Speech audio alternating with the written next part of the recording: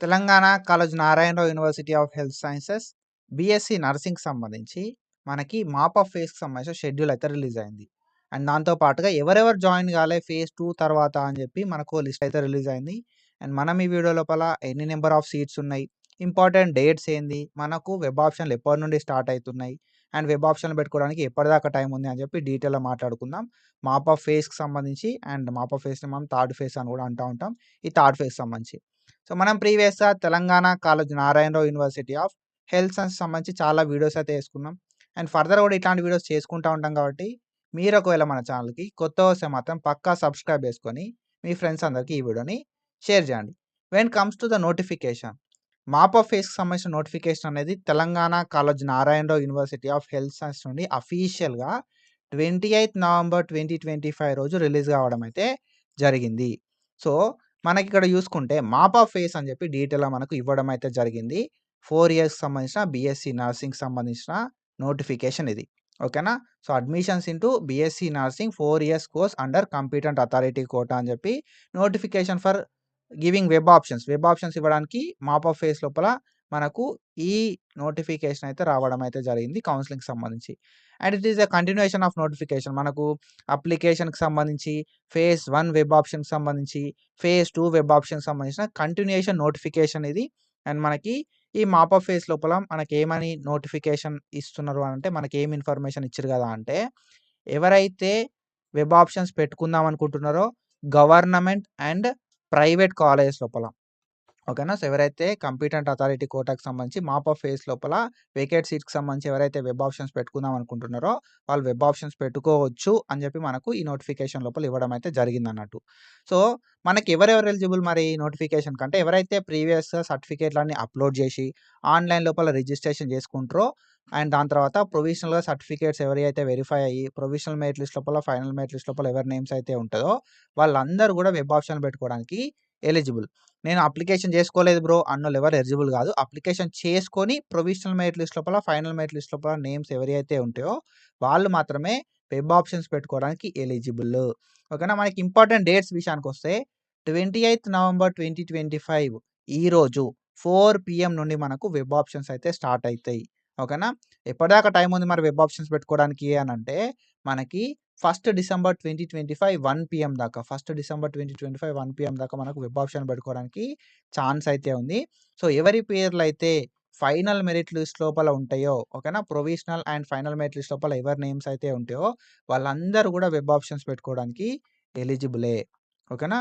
So, మనకి web options పెట్టుకోవడానికి ఎప్పటిదాకా టైం ఉందంటే 1 డిసెంబర్ 1 పీఎం దాకా మనకి టైం అయితే ఉంది వెబ్ ఆప్షన్‌లు పెట్టుకోవడానికి. మరి ఎవరు ఎలిజిబుల్ ఈ వెబ్ ఆప్షన్‌లు పెట్టుకోవడానికి అనంటే, నేను ప్రీవియస్‌గానే చెప్పిన. మీరు జాయిన్ కాకపోతే ఎలిజిబుల్ గారు బ్రో అని చెప్పి.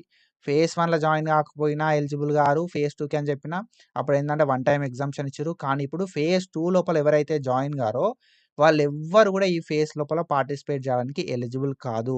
ఓకేనా? నోట్ లోపల మనకు క్లారిటీగా ఇచ్చిర్రు. Candidates who do not join after allotment, seat allotment అయిన తర్వాత జాయిన్ కాకపోయినా, సీటొచ్చి జాయిన్ అయ్యి డిస్కంటిన్యూ చేసినా కూడా సెకండ్ ఫేజ్ తర్వాత, so, they are not permitted to give web options for mop of phase. Mop of phase లోపల వెబ్ ఆప్షన్‌లు ఇవ్వడానికి ఎలిజిబుల్ కాదు. ఓకేనా? ఇది మీరు గుర్తుపెట్టుకోవాలి. సో, ఎవరెవరు రిపోర్టింగ్ చేయలే అనేది మనకో లిస్ట్ రిలీజ్ చేసిర్రు. So, this is a list. ఈ లిస్ట్ లోపల మనకు ఎవరెవరు అసలు రిపోర్ట్ చేయలే అనేది ఇన్ఫర్మేషన్ క్లియర్ కట్‌గా ఇవ్వడం అయితే జరిగింది. ఓకేనా? సో, క్యాండిడేట్స్ హూ లైక్ ఎవరైతే సెకండ్ ఫేజ్ లోపల జాయిన్ కాలేదు అని చెప్పి మనకు క్లియర్ కట్ ఇన్ఫర్మేషన్ అయితే ఇచ్చిర్రు. For post basic BSc nursing and BSc nursing 2 కోర్సులకు సంబంధించి డీటెయిల్‌గా ఇచ్చిర్రన్నట్టు. List of not joined candidates after second phase of counselling అని చెప్పి. ఓకేనా? ఈ లిస్ట్ లోపల మీ పేరుంటే మాత్రం you are not eligible to give web options in mop of phase. ఓకేనా?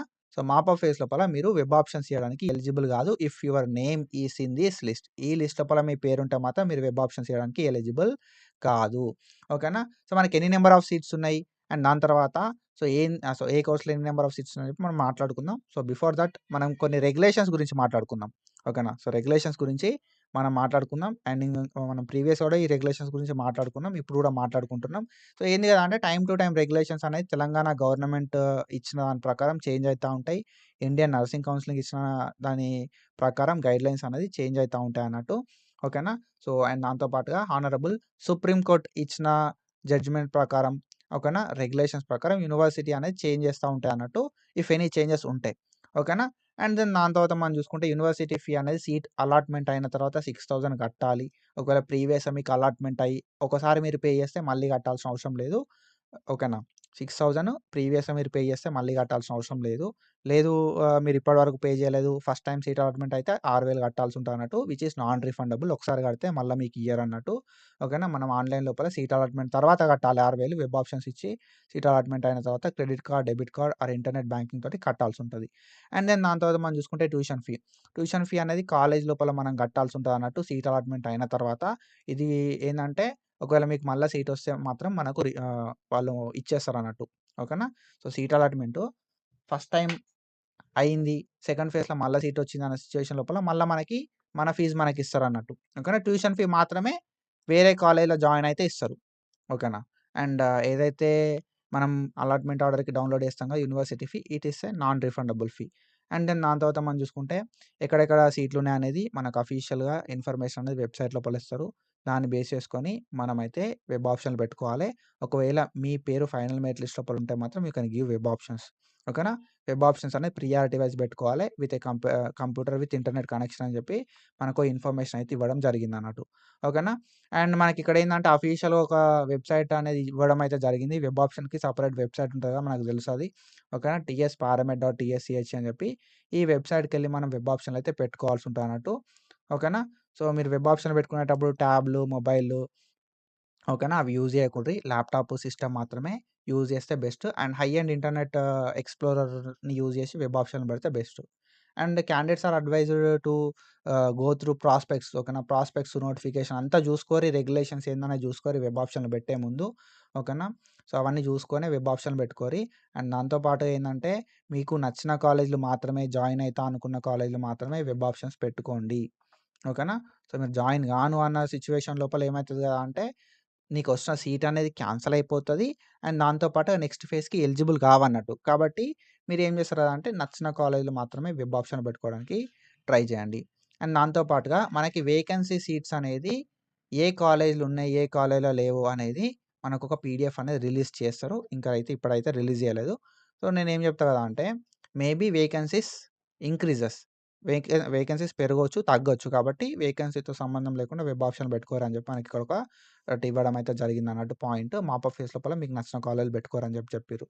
అండ్ ఇంకొక విషయం ఏంది కదా అంటే if seat is allotted in this phase so, నువ్వు వెబ్ ఆప్షన్‌లు ఇచ్చినావు అనంటే నీకు ఫేజ్ 1లో లైక్ ఫేజ్ 2 సీట్ నచ్చకపోతేనే నువ్వు ఫేజ్ 3ల మాపప్ ఫేజ్‌లో వెబ్ ఆప్షన్‌లు ఇచ్చినట్టు. ఒకవేళ నీకు ఈ మాపప్ ఫేజ్‌లో సీట్ అలాట్‌మెంట్ అయితే ప్రీవియస్ వచ్చిన సీట్ అనేది క్యాన్సల్ అయిపోతది. కాబట్టి దీన్ని మీరు గుర్తుపెట్టుకోవాలి. స్లైడింగ్ అనేది ఉంది అనేది మీరు గుర్తుపెట్టుకొని వెబ్ ఆప్షన్స్ ఇయ్యాల్సి ఉంటదన్నట్టు. అండ్ వెబ్ ఆప్షన్స్ ఇచ్చే ముందు ఇచ్చిన తర్వాత మనకు ఒక 6 డిజిట్ లెటర్ కోడ్ అనేది వస్తది. కాబట్టి ఎవ్వరు కూడా మా ఈ వెబ్ ఆప్షన్స్ పెట్టడానికి ఛాన్స్ ఉండది. కాబట్టి మీరు వెబ్ ఆప్షన్‌లు పెట్టుకుందాం అనుకున్నప్పుడు మాత్రమే ఈ కోడ్‌ని వేరే వాళ్ళకి చెప్పండి. ఓకేనా. సో, వేరే వాళ్ళకి ఎవరికి కూడా ఈ కోడ్‌ని చెప్పకండి. 6 డిజిట్ లెటర్ కోడ్ అనేది before web options, after web options వస్తది. అండ్ సేవ్డ్ వెబ్ ఆప్షన్స్‌ని ప్రింట్ తీసుకోర్రి. ఎందుకంటే మనం ఏం వెబ్ ఆప్షన్‌లు పెట్టినాం అనేది మనకు క్లారిటీ ఉండాలి కాబట్టి. ఓకేనా. ఒకవేళ మీకు సీట్ అలాట్‌మెంట్ అయితే మనకు మెసేజ్ అనేది వస్తది. సీట్ అలాట్‌మెంట్ అయినట్టు. లేదంటే మనం ఇక్కడ అలాట్‌మెంట్ ఆర్డర్‌ని డౌన్‌లోడ్ చేసుకొని కూడా చెక్ చేసుకునే ఛాన్స్ అయితే ఉంటదన్నట్టు. ఓకేనా. సో, ఇది మాపప్ ఫేజ్‌కి సంబంధించి ఇంపార్టెంట్ రెగ్యులేషన్స్ విషయానికొస్తే ఎవరెవరైతే సెకండ్ ఫేజ్ లోపల రిపోర్ట్ చేయలేదో, ఫేజ్ 2 తర్వాత ఎవరైతే రిపోర్ట్ చేయలేదో వాళ్ళెవ్వరు గూడా మాపప్ ఫేజ్‌కి ఎలిజిబుల్ కాదు. ఓకేనా. సెకండ్ ఫేజ్ తర్వాత రిపోర్ట్ చేయని ఎవ్వరు గూడా మాపప్ ఫేజ్‌కి ఎలిజిబుల్ గాదు. సో దట్ దీన్ని మీరు గుర్తుపెట్టుకోవాల్సుంటది. ఓకేనా. అండ్ మనకొక లిస్ట్ అనేది రిలీజ్ చేయడం అయితే జరిగిందన్నట్టు. ఎవరు ఎలిజిబుల్ కాదు అని జెప్పి. ఓకేనా. సో, ఇక్కడ మనకి ఎవరెవరు రిపోర్ట్ చేయలేదు అనేది మనకిక్కడ ఇచ్చిర్రు. సో, దీన్ని బట్టి మనకు క్లారిటీ ఏందంటే వీళ్ళెవ్వరు గూడా పార్టిసిపేట్ జేయడానికి ఛాన్స్ అయితే ఉండదు. సెకండ్ ఫేజ్ అలాట్‌మెంట్ అయిన తర్వాత ఎవరెవరైతే రిపోర్ట్ జేయరో వాళ్ళందరూ గూడా ఎలిజిబుల్ కాదన్నట్టు. లేదు బ్రో నేను ఒక అటెంప్ట్ ఇస్తా. ఇప్పుడేందంటే నాకు ఫేజ్ 1లో సీటొచ్చింది. ఓకేనా.